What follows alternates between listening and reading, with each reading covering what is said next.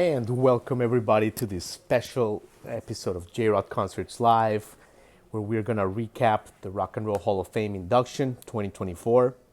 We just made it back to our hotel, and lots of thoughts, lots of great stuff happened. Let me button a button here. I don't know why I spent the whole night with three buttons down. My apologies. But a really great night in Cleveland, and just want to get my thoughts out there for you guys. We're gonna have a great episode coming to you, like a formal episode in the coming days ahead, with lots of clippings from lots of artists from the press conferences and lots of other good stuff. But this is like, first thoughts from the great night in Cleveland. First of all, thank you to the Rock and Roll Hall of Fame, Greg Harris, and everybody in Cleveland for having us over. It's our fourth time covering the ceremony, and it is always a blessing. Now, you're going to have to excuse me. I am going to read notes that I took from my phone here, so just bear with me. My first thing, I first wanted to talk about Cher. Cher's inductions was spectacular. What a great way to kick off the night. Big emphasis on rock and roll, by the way, coming back to its roots. A lot of people criticize sometimes the Rock and Roll Hall of Fame unfairly for its different genres that it gets in there. But the chairman John Skies and Greg Harris, the president, they've made a point that actually it's coming back to its roots. Rock and roll started from country, from soul, from R&B, from the blues. So it's almost like, in a way, it's coming back to its roots. It's only until later that rock and roll became what some people think it is. But anyway, back to Cher, who started the show. Incredible to start the show with Dua Lipa, with a performance of Believe. I mean, that's how you open a ceremony. And when Cher, so Dua Lipa came in, and then when Cher joined, the arena just erupted. Like, you could hear it all the way to, Northeast Ohio, basically, to Pittsburgh, to Pennsylvania. Zendaya had the acceptance speech. And with Zendaya, with Dua Lipa, it became clear that the female pop power that we have today, if it wasn't for Cher, it wouldn't exist. And how about this fact for Cher? I mean, this is completely mind-blowing. She is the only artist with a number one hit in each of the last 7 decades. Let me repeat that because it's incredible. The only artist with a number one hit in each of the last 7 decades, okay? Like, wow. So think about that. 140 million records worldwide. And another great thing about Cher's speech, she was dropped by 2 labels, and then she made Believe at 52 years old. So when she made Believe, she was 52. She had been dropped by records, and it catapulted her to another level that she hadn't been before. She said it was easier to get divorced from 2 men than getting into the Rock and Roll Hall of Fame. So that was very interesting. And we talked about it in the press conference, by the way, as well. But, and talking to women, she said, we've been down and out, but we keep pushing. We are special. So that was really great. The next inductee, Alexis Corner, the father of English blues. I didn't know about him personally. Really great to see, Keith Richards play such a beautiful tribute to him. And then Kool and the Gang, fantastic induction, way overdue, inducted by Chuck D. Man, first of all, it was just great to see them have an emphasis on God. They praise God, celebration. They said, we know nothing, we just know God. And it was great to see people like Mark Ronson, Usher, Lionel Richie, just saying how important they are. And just seeing the impact, how great they were. But then when James Taylor joined the band and he took them to that next level, my God. And when Kool and the Gang performed, guys, I mean, what a party that arena became. It was a wedding, a bar mitzvah, you name it. Jelly Roll was smiling from ear to ear. Zendaya was shaking. We at that moment, it didn't matter who you were. We were just humans having a good time. Chuck D was great in the press conference. He actually deviated, and it was really funny. Before talking about music, he just started off saying, kind of criticizing the Cleveland Browns football team for moving out of the stadium downtown, which I gotta say, he's right. Why are the Browns? They have this stadium right downtown, right by the Rock Hall, and the most beautiful like real estate in America. And they're moving to the suburbs for a new billion, like $2 billion stadium. To each its own. But that's what Chuck D started off with saying. But yeah, really great, really really great press conference from Chuck D.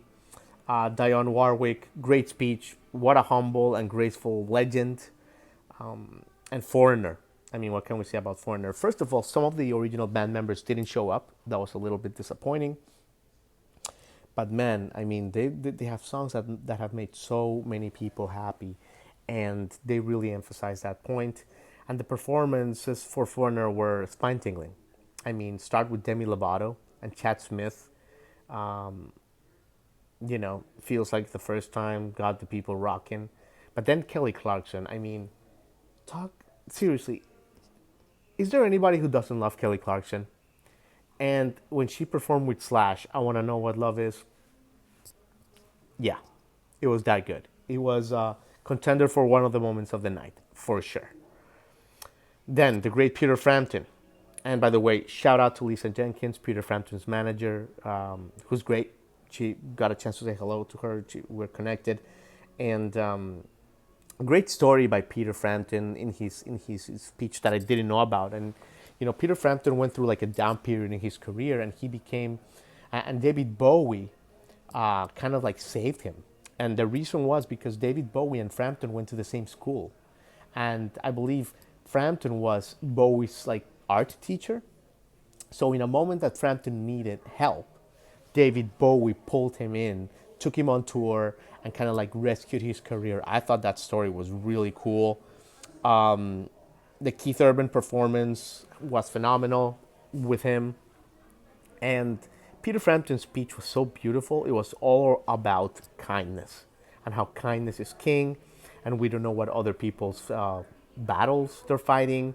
It was like the most heartfelt speech of the night for sure. Later, I want to talk about Suzanne de Paz. One of my favorite moments from this covering these induction ceremonies is learning about the industry people that have changed the music world, not necessarily the artists. And Suzanne de Paz, my God, I mean, she was Berry Gordy's friend, right hand woman, a pioneer for women if there was ever any. She discovered Jackson 5. She took Motown Productions to another level.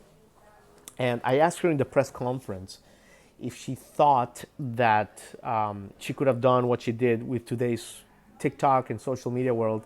And she said no. She said it's very difficult nowadays. And you're going to hear that press conference in the episode in the days ahead. Really interesting stuff. And then we move on to like kind of like the last three, the last handful of inductions. Mary J. Blige, again, glory to God, everything she did. Incredible fashion. What confidence for Mary J. Blige. Can we bottle her confidence and just kind of like sell it as a perfume and cologne? Because please, Mary J. Blige, oh my God. And, she said really interesting that exchange between people, regardless of their difference, is a process of life. And when we stop exchanging, you become stagnant. I thought that was pretty cool. Aussie Osborne, what an introduction. What a moment by Aussie Osborne. Jack Black was the perfect person to introduce him. I mean, Jack Black, what a speech, hilarious but poignant, and he's right. Like Ozzy Osbourne changed Jack Black's life. Like Jack Black is like an offshoot of Ozzy Osbourne. And his speech was wonderful. I thought it was hilarious when he said that, went through like stuff that Ozzy created and new things he pioneered. But he said he even created a genre, reality TV. Maybe the most evil thing he did, he said. I thought people loved it.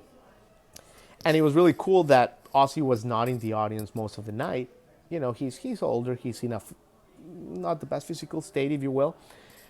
He's battling through. But when they showed him on screen, like side stage, people lost it.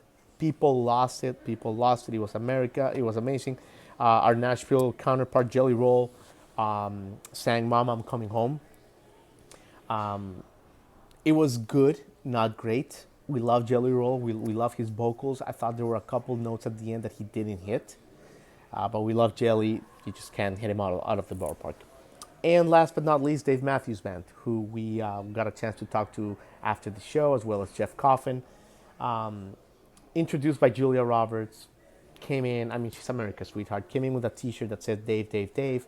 She's a hardcore Dave Matthews fan, so it was a really great speech because she talked about how her first dance with her now husband was to a Dave Matthews song, and just just a truly tremendous speech from Julia Roberts. And then Dave Matthews had a medley of mega hits that people in the audience lost it. It was just phenomenal. And then they closed the night with a cover of the Talking Heads, "Burning Down the House." What else can you ask for?